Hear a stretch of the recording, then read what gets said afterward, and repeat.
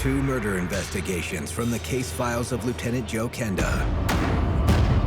First, a vicious attack leaves a young mother-to-be fighting for her life. There's bloody sheets on the bed.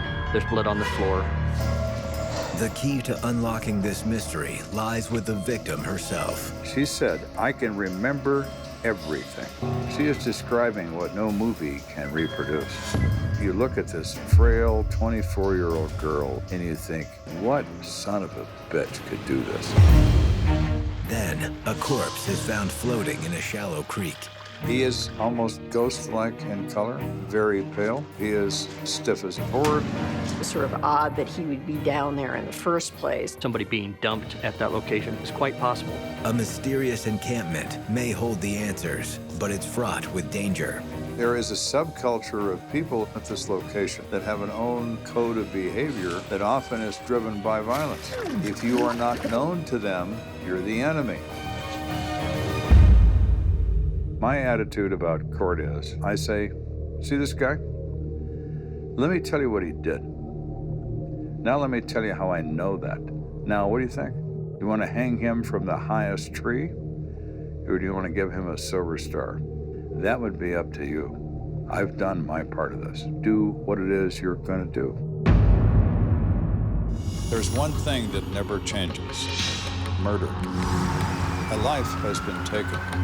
Their stories are now my stories. I'm Lieutenant Joe Kenda.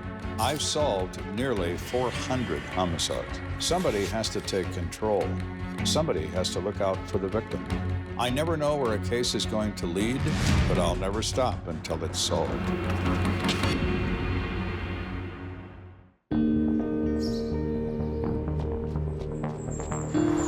It's a slow afternoon for police in Colorado Springs when patrol officers Matt Savard and Jeff Parker make a routine traffic stop.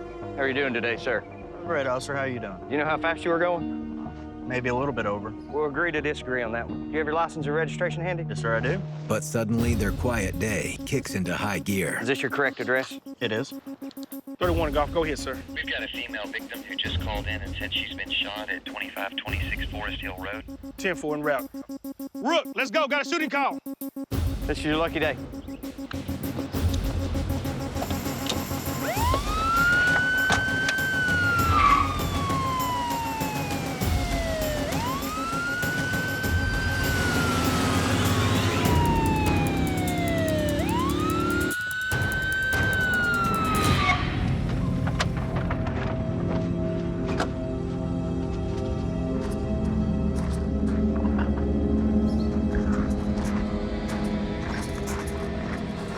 Watch the door. Watch the door.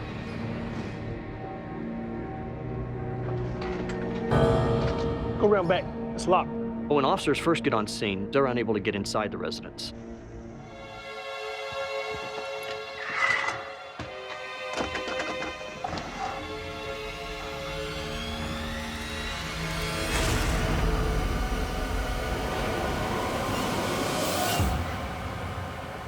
Hey, we've got somebody on the floor with blood. Let's go in.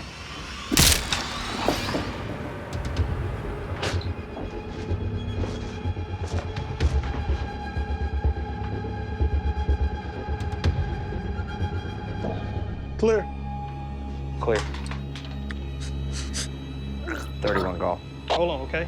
We have a female white, mid-20s, possible gunshot wound to the neck or face. There was a large amount of blood oozing from her neck area, from her mouth area. Who did this to you? They're trying to ask her questions. They're not getting much of a response because of the injuries to her throat. Your stomach. Pregnant. You're pregnant? The victim was pregnant. She was worried about her child. Hold on, ma'am. Hips on the way, okay? Hold on. A few miles away, Lieutenant Joe Kenda is nearing the end of what has been a crazy day. We had all kinds of things happening. People being arrested, people being interrogated. Would run out of detectives to deal with all these people. So I was escorting a handcuffed person into an interrogation room. Lieutenant, just got word that a woman's been shot in her home on the east side. Apparently she's pregnant. All right, give me a second. All right, have a seat right there. Let's go. When I heard that this is a young woman who's pregnant, that really upset me. Nothing is more innocent than a child. I find the officers are first on the scene. What can they tell me about this? All I know is a headline: pregnant female shot. Lieutenant, How you doing? good. So what we got? We learned from the neighbors that the resident's name is Teresa Austin, mid-20s. Looks like she took her around near the neck or face that possibly traveled into her chest. What's your condition? She couldn't talk much when we got here, but we do have an officer in the ambulance with her trying to get additional information. All right, keep me posted. Yes, sir. Lieutenant. As Kenda enters Teresa Austin's home, his attention is drawn to the blood-stained floor and the telephone receiver, which is also covered in blood. We find a gun? Not yet, but we found one 9mm casing. Kenda follows the trail of blood into the back bedroom. There is blood on the bed, and there is a large blood stain on the floor.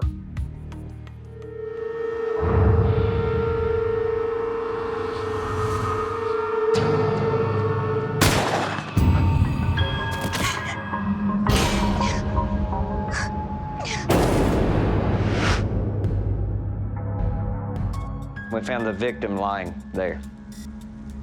My opinion, looking at the scene, she's shot on the bed and either falls or rolls and winds up collapsing on the floor. Was the door locked when you got here? Yes, sir. The place is undamaged. It wasn't forced entry. This is not some random crime. There's something else happening here. Whoa, what's this? There is evidence of a child. There are children's toys, small clothing, obviously not for a newborn, but for a child that lives there. All right, when you're talking to people, make sure you ask about kids. If you have any children, I want to make sure they're okay. Yes, sir. A whole new question comes up now. Where are the children and who are they? Who are they with? Are they safe? All right, let's go outside, see what the neighbors have to say. Investigators start canvassing the neighborhood, and they were able to find a neighbor who was a good friend of Teresa. Lieutenant. This is Christina. She's a friend of Teresa's. How's Teresa? She's at Penrose Hospital being treated. Oh my God, this is horrible. Is there a boyfriend or husband that we could contact? Christina tells us that Teresa lives with her common-law husband, who she identifies as James Austin. I was just with them a few hours ago down the street at the pool hall. How are they getting along? Fine. I mean, they seem normal. Here it is. Let's see if it's hot. Oh, no. Really? Yeah. You're gonna do Baby, I mean, good luck. I mean, not that I'm gonna do any better. She said no angry words were exchanged. They were very much in love and laughing and joking. Do they have any kids?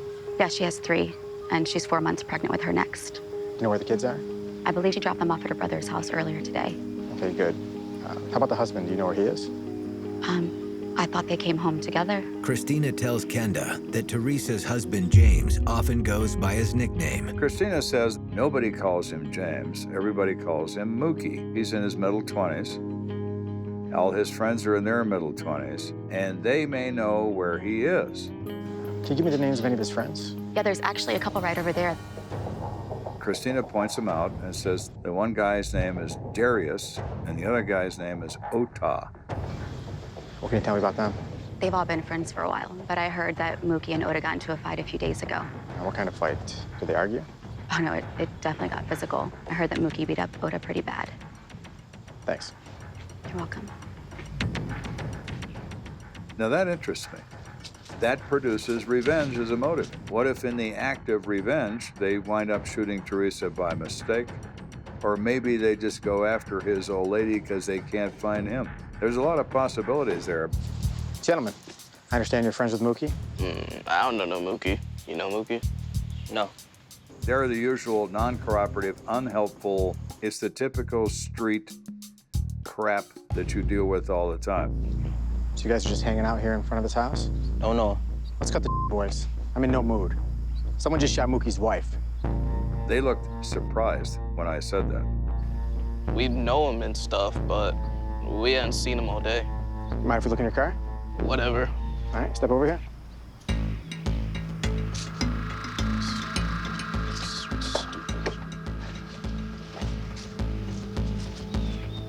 When I look in this car, got blood. I see dried blood on the visor. Now they're not going anywhere. When do you want to tell me how you got blood in the car? What? What are you talking about? Put cuffs on these guys, put them in the car. Are you serious? Oh, come on. Ridiculous. What are you doing? Come on, man. We hook them up and put them in the back of a police car, and we get a warrant for the car. Man, we didn't shoot nobody. Yeah, we'll see about that. Until then, just sit tight, gentlemen. Seeing the blood in that car, they could be players in this. Nobody's going anywhere until I find out.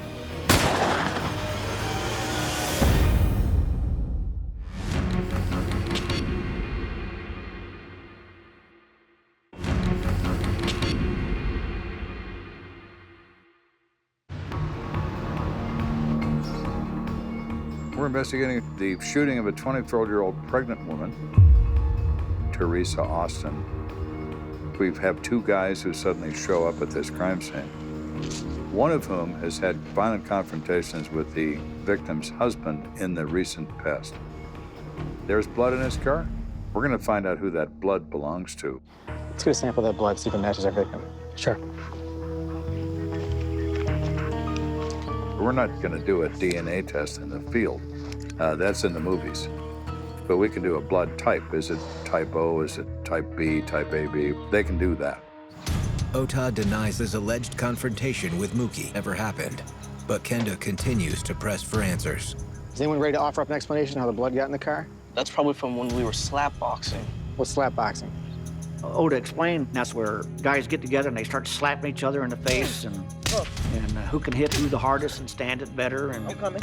And one of them had gotten a bloody nose, and that's how the blood got there. Yeah, that sounds like a lot of fun. Lieutenant, can I speak to you for a second? What's up? Ran a quick test on the blood in the car, compared it to the victim. There's no match, totally different types. All right, I guess we have no reason to hold these clowns anymore. Go ahead and cut them loose. Take them out. This is the highs and lows of murder cases. You're feeling pretty good, and all of a sudden, oh no, it collapses. You guys should probably cut out the slap boxing crap before he causes you more trouble. So we're back to where we started. Kenda now believes his best hope for solving the case may rest with the victim herself. He heads to Penrose Hospital, where Teresa Austin has just been wheeled out of surgery. She survives the surgery. Now, that doesn't necessarily mean you're going to live, but it's certainly a good sign. Excuse me, doctor? Yes. How's she doing? She's still under anesthesia, but it won't be very long now. So if you want to go to the waiting room, I'll have someone come get you when she's coherent. Okay, we'll do that.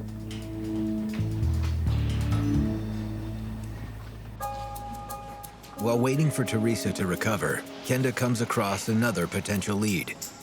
Yes, I know. But it's bad. They're not even sure if Teresa's gonna live. I'm in the patient waiting area. There's a woman on the phone. I hear her say Teresa this and Teresa that. Well, that's obviously somebody that's connected to our victim. I love you too, honey. Okay, bye.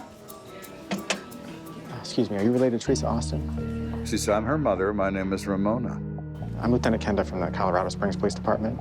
I'm very sorry about what happened to your daughter. Thank you. I said, how kind of relationship does she have with Mookie? They get along fine? He and Teresa have been together over 7 years. He was so happy about the pregnancy. He's very, very good with the children. He's an excellent father. Excuse me, Mrs. Zorens, Lieutenant. She's awake right now if you would like to see her.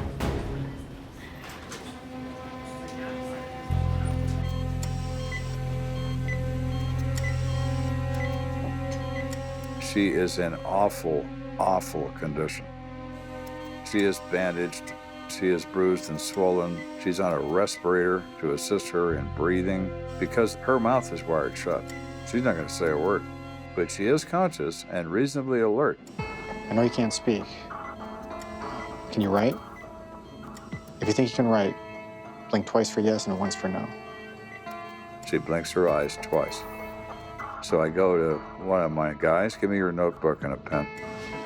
And we provide those to her.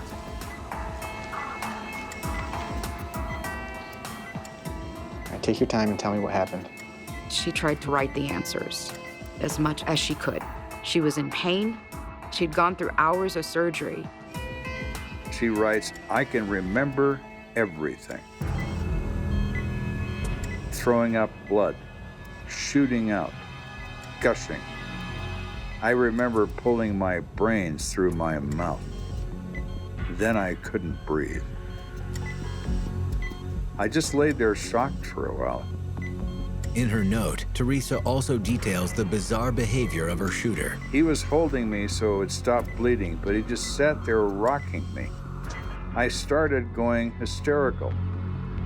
He left me for half an hour bleeding. I laid there thinking he called 911.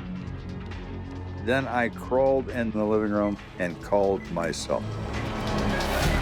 Teresa's account of the incident is gut-wrenching, but she hasn't yet answered Kenda's most pressing question. Teresa, tell me who did this to you. I looked at her and I said, "Do you know who shot you?" And she blinks twice. Well then, darling, tell me who it is. Write his name on that piece of paper.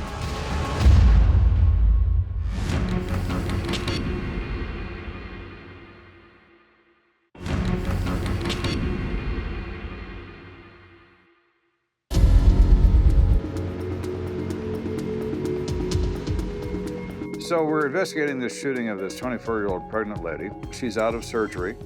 She's unable to speak because her mouth is wired shut, but she can write. And she keeps referring in her notes to he. Who is he? Write down his name.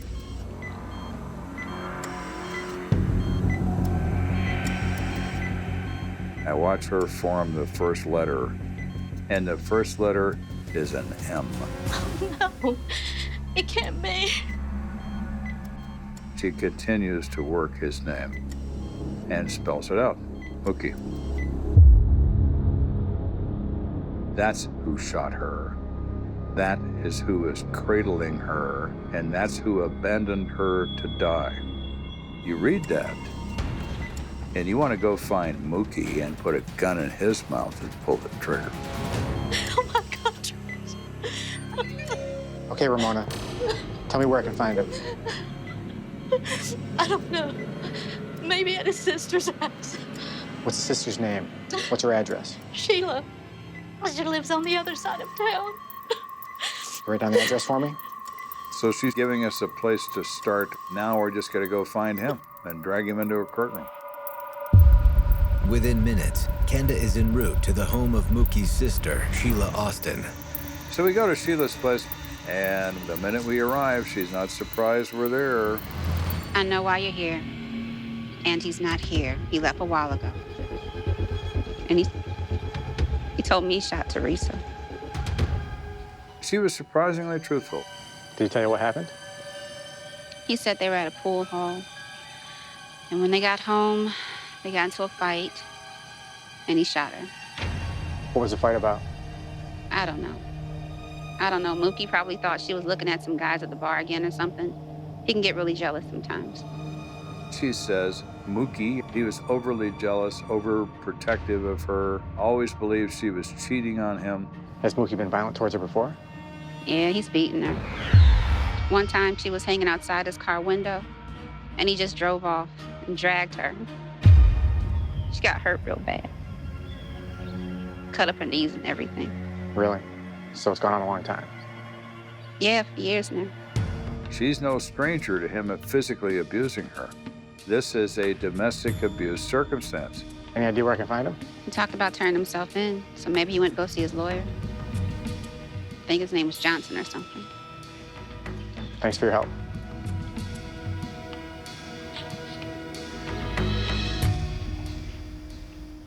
After leaving Sheila's house, Kenda heads to the law office of Mookie's attorney, Robert Johnson. We go over to where that lawyer's office is, and in the parking lot is the attorney, and he has Mookie by the arm. Ah, just the people I was looking for. Just relax, Lieutenant. I was bringing him in. Perfect. I'll save you the gas. Put your hands behind your back. Did you inform James of his rights? You have the right to remain silent. Anything you say can... Just so you know, I've told him not to say anything to you guys. The attorney says he is exercising his right to remain silent. Fine. So noted. Thank you, counselor. And we take his client off of his hands. Although Mookie isn't talking, Kenda can make a reasonable guess as to how the crime went down. My opinion is this. They're in this pool all with their friends. Everything's fine. Feeling okay? Yeah. Another Coke for you? Oh, thank you. Gosh, I wasn't even done with this one. You know, trying to anticipate needs. Okay, thanks. You're really good. Thank you. You need anything else right now? Okay. Good. Yeah? He's good. Do you need another beer? No. No? Sure. Let me know if you guys need anything. Thanks. What? But Mookie is jealous by nature, and he probably thinks she gives somebody a look that she shouldn't have. We got the bathrooms here. Don't go in there. No. Yeah, no, it's bad. Yeah, really bad. You guys ready to go? Yeah, I'm ready for you. Ready to go? That's fine. He waits until they go home out of the presence of Christina. Why are you always looking at guys like that? I'm not. Teresa, do not play with me. I don't know what you're talking about. Teresa, I don't want to hear why. Do you think I'm stupid, Teresa? Stop! No, what are you doing? You're acting crazy. Are you cheating on me again, Teresa? No, Are you cheating on me again? Crazy! The argument begins, as it always does, only this time it escalates. I have a baby inside of me! Do you think I'm stupid? I don't want to hear it. I know you're lying.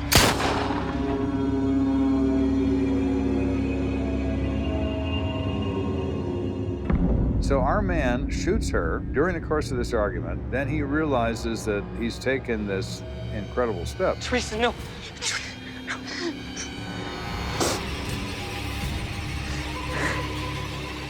In her own words, she says, he just sat there rocking me. You're okay. I didn't mean to do that. I promise. He is rocking her like that's somehow going to make all this go away. That she's going to suddenly stop bleeding. He then forms the opinion, apparently, that she's dead, and he puts her on the floor, and he walks out of the place and never looks back. She lays there, she says in her notes, for 30 minutes, expecting that he went and called 911. What he did was leave. She then crawls out of that bedroom. She's a powerful woman. She is instinctively strong as a person. She's concerned about her pregnancy. I'm going to crawl to a phone and try to live. I'm not going to lay here and die. Ma'am, what's your emergency? I've been shot. I've been shot.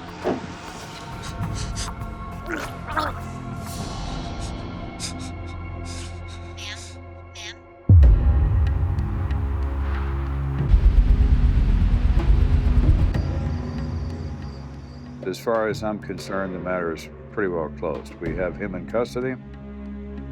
We have a workable, provable case against him. The victim is in the hands of medical. We wait and see what happens. Last night? And the baby? That evening, word arrived from the hospital. The news isn't good. I see. Thank you. Both Teresa and her baby have died. It's always difficult when you have a surviving victim in grievous condition that you're able to communicate with. And for a moment, a brief moment in time, you think, well, maybe, just maybe, this is going to work out. And in just as quickly of a moment, it's all taken away. She dies, and the baby dies too. For James Austin, aka Mookie, Teresa's passing means the death penalty is now squarely on the table. Unwilling to take his chances at trial, Mookie and his attorney strike a deal with prosecutors. In the course of the court proceedings, he did plead guilty to a manslaughter charge and received a 25-year sentence in Colorado Department of Corrections. There's oftentimes that the public wants someone to pay a lot more for what they've done. And a young mother, pregnant with her 4th child, leaving behind 3 children, that could definitely be one case that people would want to see him serve more time on. But it's not unusual that defendants strike a deal. That's part of the system. And At one point in Colorado Springs, as much as 95% of the cases ended in a plea deal. Very few people fight it. It's our justice system. It's what we decided it would be. You pay your debt to society, and he will forever be a convicted felon, but he paid his debt to society. And there are people that don't like that, and there are people who accept it. Days later, as Kenda reviews Teresa's medical report, he is struck by the irony of one image in particular. I'm looking at the pictures of her on the table that they take before they cover the body and take it to the morgue for an autopsy. And right above her chest is a tattoo, and it says Mookie. How nice. It's the tragic nature of this particular event. 3 kids don't have a mother. A baby never gets a chance at life. And a mother survives a mere 24 years and never sees her children grow up either. Coming up, when the body of a man is found floating in a creek, Kenda faces one of his most puzzling cases yet. I have a 37-year-old guy, and he is dead in Monument Creek. How did this person die? I have no idea. It's a mystery. For exclusive footage, go to investigationdiscovery.com.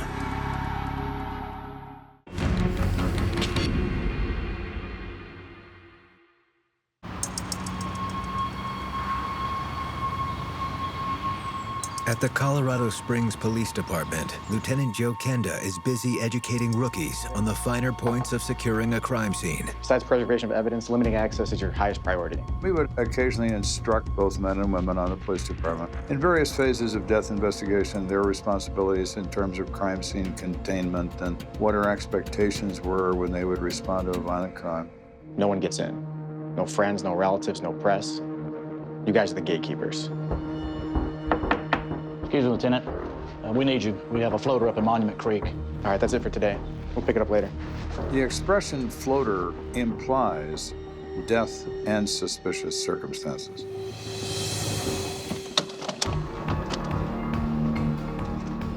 You have a body that's been discovered either underwater or in the water in Monument Creek. Navigating through the underbrush, Kenda makes his way to the edge of the creek. Colorado is unique in many ways in terms of its weather patterns. It's classified as an alpine desert.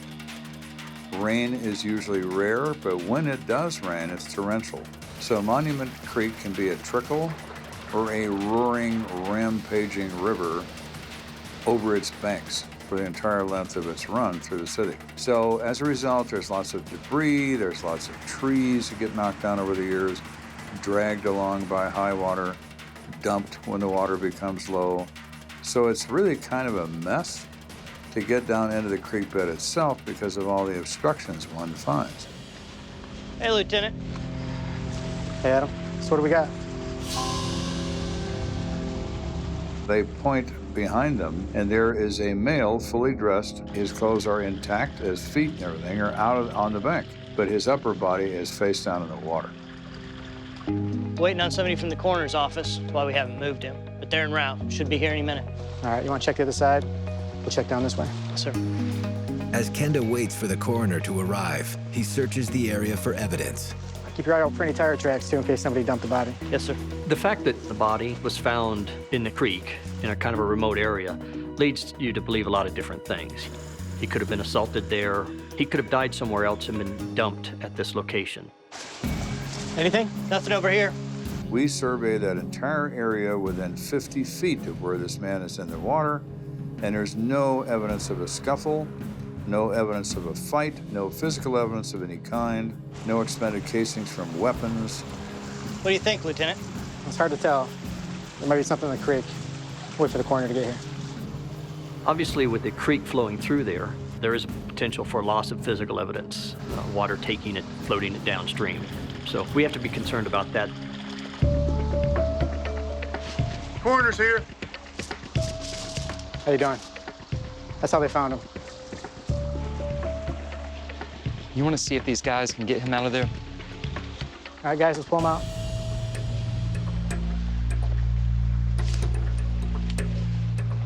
Officers remove the body from the creek, giving Kenda his first real look at the victim. 3, 2, 1. Come over. I see the remains of a Caucasian male, probably in his middle 30s. All right, we're ready to lift in 3, 2, 1, lift. Looks like he's been in there for a while. He's almost frozen in place from the same position when it was in the water. The body's in full rigor, so it's like moving a statue in some ways. No indication of any gunshot wounds. We're looking for traumatic injury. Has he been stabbed? Has he been strangled? Any broken, obvious bones in the chest? You feel the rib cage. Does it feel intact? It's like there's some head trauma. We have a significant head injury here, but we have nothing else. So all we have to be concerned about is the injury we see to the upper right crown of his skull. I'll go ahead and check his pockets, see if there's any ID.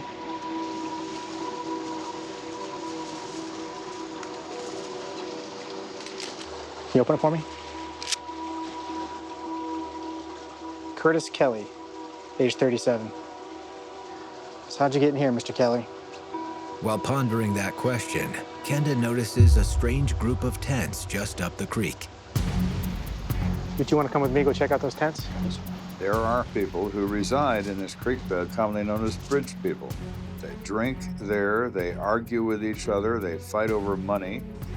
There can be real territoriality, so you could potentially step on somebody's toes without even realizing and run into trouble with somebody who considered that territory theirs. That's not hard to imagine. For Kenda, the presence of this homeless encampment could explain Curtis Kelly's death. What if Mr. Kelly is wandering around in Monument Creek for whatever reason, and he runs into one of these guys, and they take him wrong somehow.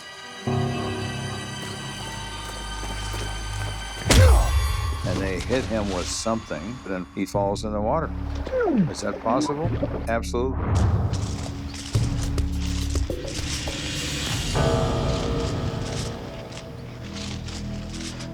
Is there anybody here? Who's asking? I'm with the police, and I'd like to talk to you. What's your name? Freddie. Freddie who? Just Freddie. When you're dealing with these individuals, talking with them can be very difficult. And they have a real distrust of police. Can we cut the one-word answers, Freddie? I've got a dead guy in the creek back there. Yeah, I know. He said, I saw something. I thought it was clothes, and I could always use clothes. So I walked down there, and it's not clothes. It's a dead guy. How'd he get in the creek? Hell if I know. I'm just trying to mind my own business. Let me see your hands. You're looking at him. Has he got any bruises or cuts or stuff on his hands? Has he got any blood on his clothes? That all goes in his favor that, yeah, he's probably telling us the truth.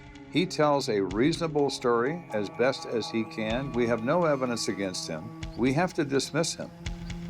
How about you two? You know anything about that? Let me see your hands.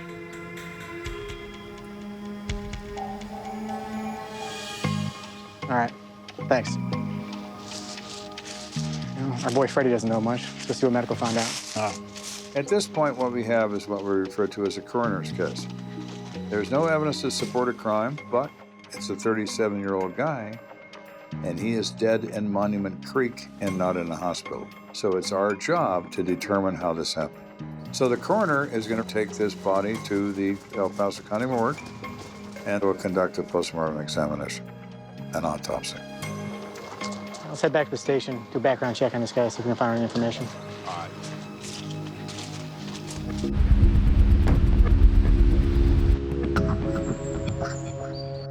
We run the name through identification and records. We determine Mr. Kelly has no criminal history. We do find a heavy equipment operation company. That must be where he works. I want to write that address down. So we decide to go to the place of employment.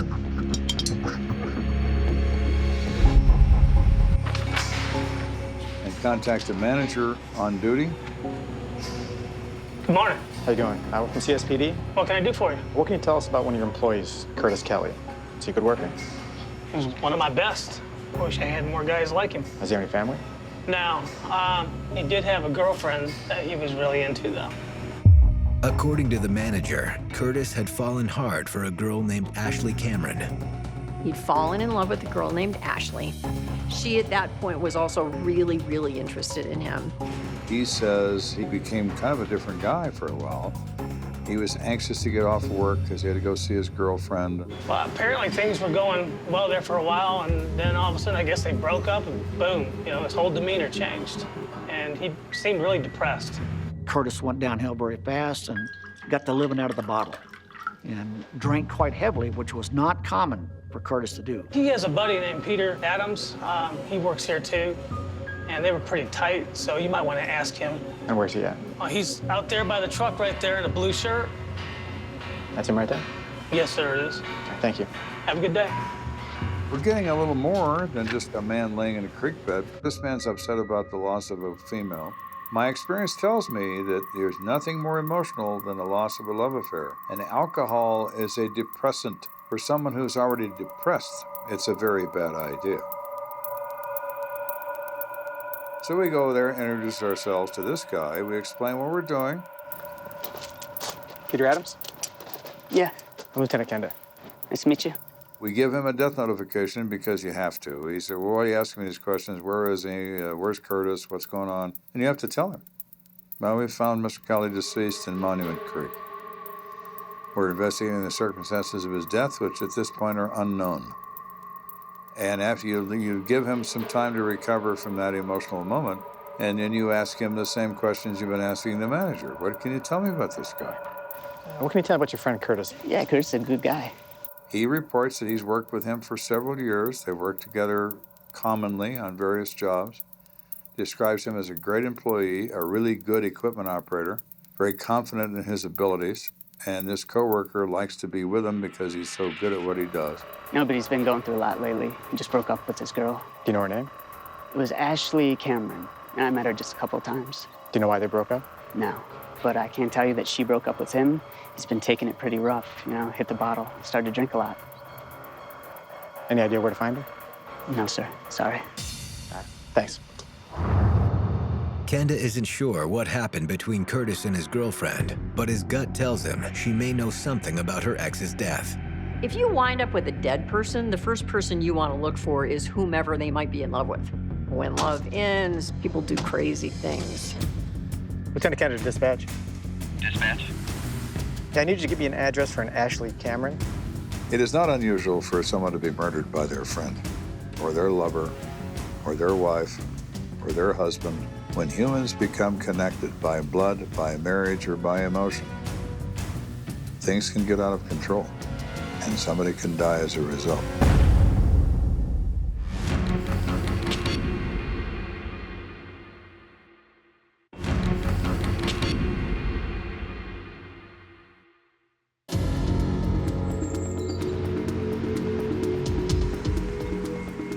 We're investigating what is ultimately a mysterious death. We have a 37-year-old man partially submerged in Monument Creek. He is dead. We don't know why. We don't know how. We're trying to determine the method and manner, and we've been pursuing it from every perspective. After speaking with co-workers of the victim, Curtis Kelly, Kenda has a sneaking suspicion Curtis's ex-girlfriend, Ashley Cameron, may have had a hand in his death. But before he speaks with Ashley, Kenda makes a pit stop at the coroner's office. Hey, Doc. Hey, Joe. Any info on our guy yet? Some of the basic stuff's in. The first initial finding I discovered from the coroner is that he has water in his lungs. It means he was alive when he went in the water. This eliminates any consideration that he was dead by other means. You think somebody drowned him? Based on what I saw where we found the body, I'd say that's unlikely. The difficulty with that scenario is there's no marks, no other sets of footprints opposing the body. There's no apparent struggle by the body. People don't submit to being drowned. They fight. I should have some additional info in another hour or two. Do you want to check back? Thank you. Yeah.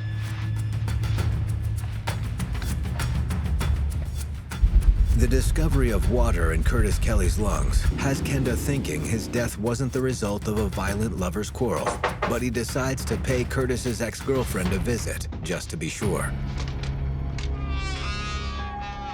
Ashley Cameron? Yes? Lieutenant Kenda from the Colorado Springs Police Department. Mm-hmm. Do you mind if I come in? I need to talk to you about Curtis Kelly. Okay. Yeah, come in. We inform Ashley the reason we're there is because we're investigating the yet undetermined death of Curtis Kelly. She said she cares about Curtis Kelly, but she just didn't think he'd be right for her. We just didn't have a spark. I ended up having to break it off. And she advised him that she was going to start dating other people. How do you take that? Not very well. I'm sorry, Curtis. That's just how I feel. I don't understand. Curtis, you didn't do anything wrong. I like you. I can change. Sometimes it just doesn't work out. She said, I knew he was really upset, and I felt bad about that. But by the same token, it was time for him to move on. It was time for me to move on. Can you tell me about your relationship with Curtis? He was a nice guy. However, I don't think he had many girlfriends before me. This could explain the level of his disturbance over losing her. I know more about Ashley now. I know that she's a very upstanding person, and she's not involved in this in any way, and their relationship was absolutely normal. I also know that he's been drinking heavily from his coworker, which is unusual for him. So I returned to the morgue. Hey, Joe. Hey. So, we got anything new on Curtis Kelly? Yeah, actually, his BAC was really up there. He was hammered. Okay. How much alcohol was in his system? Just above .30. Really? Wow. You have all heard many times about BAC, blood alcohol content. It's commonly talked about involving people driving under the influence and being arrested for drunk driving. In most states, the blood alcohol content of 0.08% of volume is sufficient to get you arrested for driving under the influence of intoxicating liquor. 0.08. In Colorado, 0.15 is legally described as driving under excessive alcohol content. That definition is that you are really intoxicated. You are drunk. Over 0.2, you can't hit the ground with your hat. Over 0.3, you're close to unconscious. Curtis was absolutely blasted. He'd been drinking for an extended period of time to get it that high. You can't really do that in a day. You know, I'm starting to think this might have been an accident. That's what I'm thinking, too. He's extremely intoxicated. He is so intoxicated. At 0.3 and above, there's no question that he is unable to participate in an altercation. Also, he would be in a position of not having the necessary motor skills to take his own life. So, if there is no suicide, if there is no homicide, what is there? There is a stumbling drunk. Based upon witness statements, along with the coroner's report and the evidence collected, Kenda has an idea of how events unfolded. For whatever reason that may be never to be known, is in Monument Creek. He is a guy wandering along with a broken heart. He is lost in his own depression over the loss of perhaps the only love he's ever known. He is helplessly intoxicated. He trips, he falls, he hits his head, his face goes in the water. He is breathing, but instead of breathing air, he's drawing water into his lungs. He is so intoxicated, he doesn't realize he's in trouble. He doesn't understand he's drowning. He made no attempt to even lift his head. Lifting his head would have been enough. But he was so drunk he couldn't even do that. Goodbye, Mr. Kelly. It's almost too bad that there's no way to measure brokenheartedness, because it is devastating. I mean, all you want to do is just find a way to make it better. Probably Curtis turned to the bottle to do that. It was unfortunate. Oh God, if he'd just hung in there a little bit longer, it would have gotten better. Mr. Kelly is suffering that deep pain of loss. His answer to this pain is alcohol. He doesn't understand that alcohol is a depressant, and all it's going to do is deepen the pain. He's not going to feel better. He's going to feel worse. But he doesn't know that. And he never has the opportunity to find it out. Your own emotions are as destructive, and perhaps more so, than a bullet or a blade or a bottle of poison.